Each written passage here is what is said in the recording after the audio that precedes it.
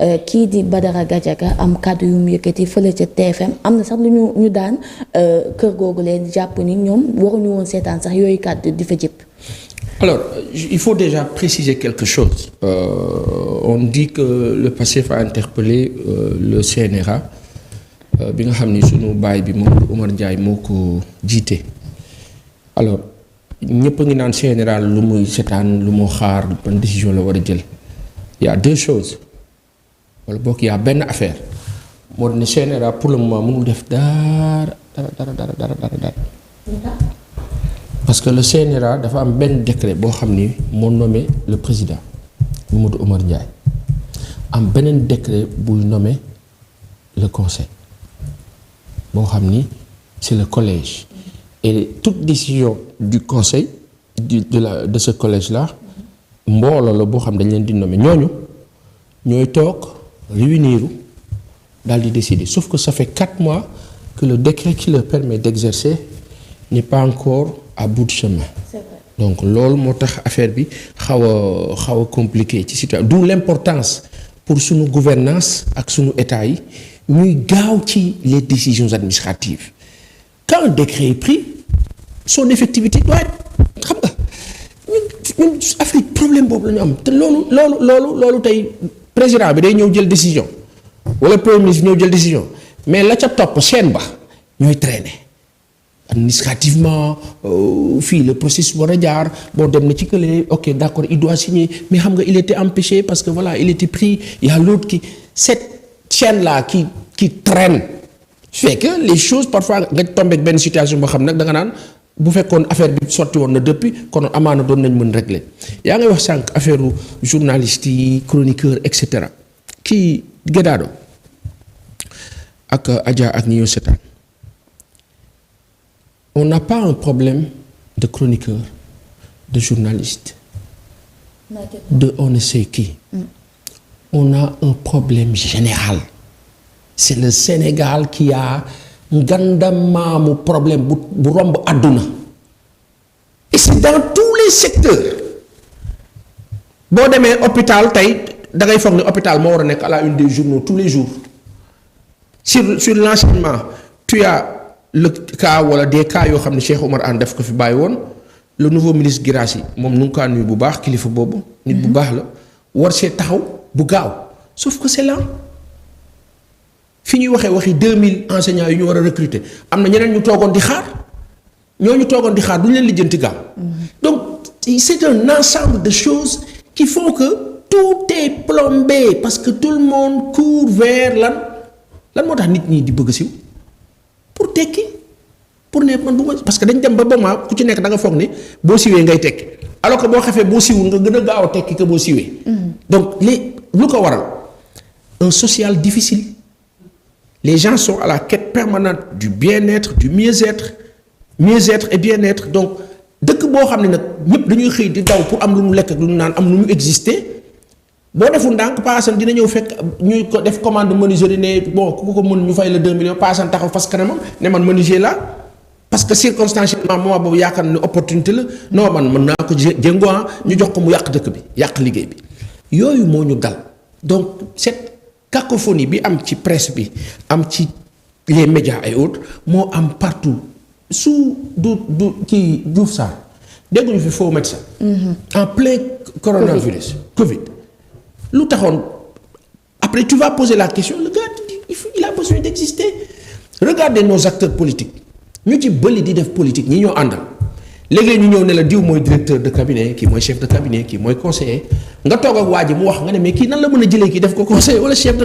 cabinet wala directeur de cabinet parce que moom la miin parce que moom la tax ma àndal parce que voilà bi ñuy xeex voilà ñoo doon nekk xam nga nag comprendre nga cette confusion générale là moo ñu dal maintenant pour relativiser et spécifier sur le cas de ce qui s'est passé vendredi jàkkaarloo TFM moi déjà je pense que la première chose à faire pour la TFM c'est de s'excuser pourquoi parce que support média la qui est au cœur du service public de l'information di yar parce que rôle télé loolu la di yar defar société bi donc lépp lu kaa yàq waru ko nangu am na jamono boo xam dañ doon wax waa Pastef ci jamono sous l'opposition waaw yéen da ngeen di saaga rek la TFM ne permettait pas nit di fa toog di saaga. c'est foofu c'est chez moi. sama kër la. c'est vrai. man ka ma xam ni foofu alama kër. yàlla dëgg la bëgg man bu fekkee sama gars yi nu ma seetaan fii dama leen naan gars yi am na loo xam ne su xewee bu doon RTS sax dañ naan nous nous excusons segam yow interruption d'antenne nga ne nga def écrit tel daal ne nous nous excusons. mais apparemment ça semble ne même pas gêner. non c'est nous nous excusons parce que. ça c'est un. aujourd'hui fi ñu toll nii la chaîne doit la preuve Amadou Chérif qui s'occupe des Sénégal à l'extérieur Diouf. Il a décliné. En tout cas, l'émission est annulée. Son invitation, ou je ne sais pas. Après, la réplique, c'est quoi? Finalement, les autorités risquent de ne plus aller à TFM parce que... Après, la télé peut se dire, de toute façon, nous, on fait notre travail. Certes, mais man dama gëm ne lu ñaaw dañ koy fay. Li gën mooy la télé, le groupe Futurs Médias ou la télé, nous nous excusons de ce qui s'est passé, c'est indépendant de notre volonté, etc., etc. Et dans le cas en l'espèce, ki nga xam ni moo def loolu sax Badara maa ngi kaa nuyu parce que suñ ku nu xam la ñu Badara maa ngi laa nuyu bu baax je suis pas d'accord avec lui après il me répliquera pas Assane j'étais pas d'accord avec toi quand tu disais Sarabli par exemple. mais tu avais expliqué le Sarabli. oui non seulement expliqué mais sauf que il y a les contextes bu ñu nekkee ci contexte boo xam ne dañuy faat nit ñi di leen rey lu raw saaga dagan na noo ko wax fii. bu ñu nekkee ci contexte boo xam ne dañuy rey nit ñi dañuy tëj nit ñi te du yoon dañ leen di def lu bon te du yoon nguur nekk fi di ko def daggal ko sax dagan na déglu rek ma wax la maintenant quand vous partez à la guerre mar day si dëkk bu songu Sénégal foofu dañuy rafetal dañuy def teraanga dañuy yoonal nous on était le peuple sénégalais était agressé sous Macky Sall. looloo waraloon cette dose de frustration un Assane Diouf génn yàq ko lu mel ni xeme kenn d'accordul ci ay saaga mais jekkul mais par contre dans des situations pareilles où la population souffre où on en avait cure où on avait un régime presque ngeen baal ma qui fonctionnait en brigance comme des brigands comme de grands bandits kenn du wax kenn du ŋaang ñu jox ay nit ay armes ñu génn ci mbedd mi sawaay bul la daggalee yam ca santal yàlla. et comme on dit la foule ne réfléchit pas. C'est même pas une question d'une foule qui réfléchit, mais c'est une question de frustration, de révolte, c'est une question de mal vécu. Donc c'est différent de régime bu bees bu falu toog la majorité du peuple en tout cas qui a voté ànd ak moom ñu nekk ci benn tendance bu bees am fu ñu jëm nga ne non comme yéen da ngeen ko doon def ñun tamit dañ koy def parce que c'est ça le mal et cette hypocrisie là loolu moo war a dakk léegi lu ko dakkal du question violence du question jàpp tëj du dara. État au Sénégal ma waxaat ko fii mooy développer cette communication qui puisse lui permettre population yi ko dooleeloon ba fatal ko bañ a dugg ci confusion boobu bu ko defee ñiy saaga bu yàggee ñu wéet suñu wéetee bakka mais ña doon saaga ci jamono ba ñuy saaga population yi saagawul te naan saaga baaxul dañoo àndoon ak ñoom ndax bëggoon changement yàlla dafa bëgg dëgg mais aujourd'hui quand j'entends certains parler damay am impression que oui Guy Marius Sagna dafa taxaw assemblée wax lu ni mel. keneen dafa taxaw wax ko ci ban contexte boo xam ni les populations ñu ngi leen doon torturer dans les services de police et autres ci moment boo xam ni kenn xamul lu dëkk bi doon nuru moment boobu ak moment bi bokkul yàlla dëgg la bëgg quant à Badara tu peux pas t'asseoir ak quelqu'un comme ça. un honorable en plus. c'est sidérant quel que soit nu mu ko expliquer c'est sidérant parce que tey Adja.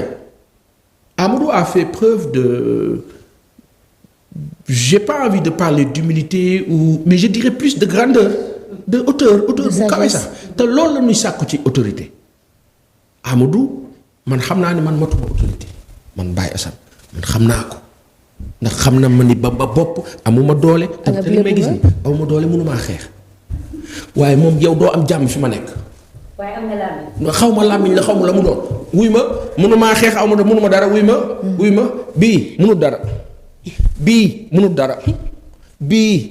loolu raar na si lébu de. mënut dara xam nga wuy ma dama laa fi lu mel ni midi dama la ne xam naa ne bu doon man émission bi day yàqu. day yàqu donc Amadou mérite na nekk autorité te loolu Amadou def noonu may dégg ñenn ñi naan waaw man de fu ma toog fu ñu def loolu Sonko doo fa génn déedéet du noonu. si kon yow matoo autorité. yow boo nekkee ci bopp ba Ousmane Sonko sax ma gëm loolu man bu fa toogoon li Amadou def dana def lu ko raw ci hauteur noonu Bassirou Diomaye Diakhar ak kenn parce que xamul tax. il faut refuser d'être conduit vers le combat de comment on appelle de. la vulgarité. même pas de la vulgarité mais non-sens c'est-à-dire maanaam fii dëkk bi fi mu nekk ñi nga xam ne dañ fay nekkoon di waa APR yàq réew mi ñoom ak seen ay complices xam nga lu ñu bëgg coowal law ba jaxasewaat pour que affaire bi jaxasoo pour que fii ak 2 ans nit ñi mel ni ñu nekk ci loolu ñoom dañ ñoo sonal bi ñu fi nekkee bëgguñu sonalaat bi ñu demee. et ça le régime en place daf ko war refuser. gis nga xulil wuy ma wax la fii. jàppe bu bare tëj bu bare daf leen di permettre cette opportunité. xam nga qu'est-ce qu'il faut faire. qu'est-ce qu'il faut faire.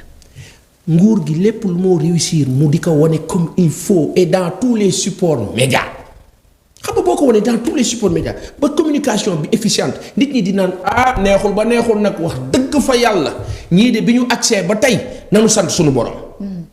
bu boobaa bu nit jógee naan waaw ñun kii nii dañ koy xoolaat. quand on parle des licenciements on est sur les 10 mois. 11 mois de bilan quand on parle des licenciements ñu ne la waaw ñu ngi xëy di dàqee ay borom CD yi kenn du ko dàq.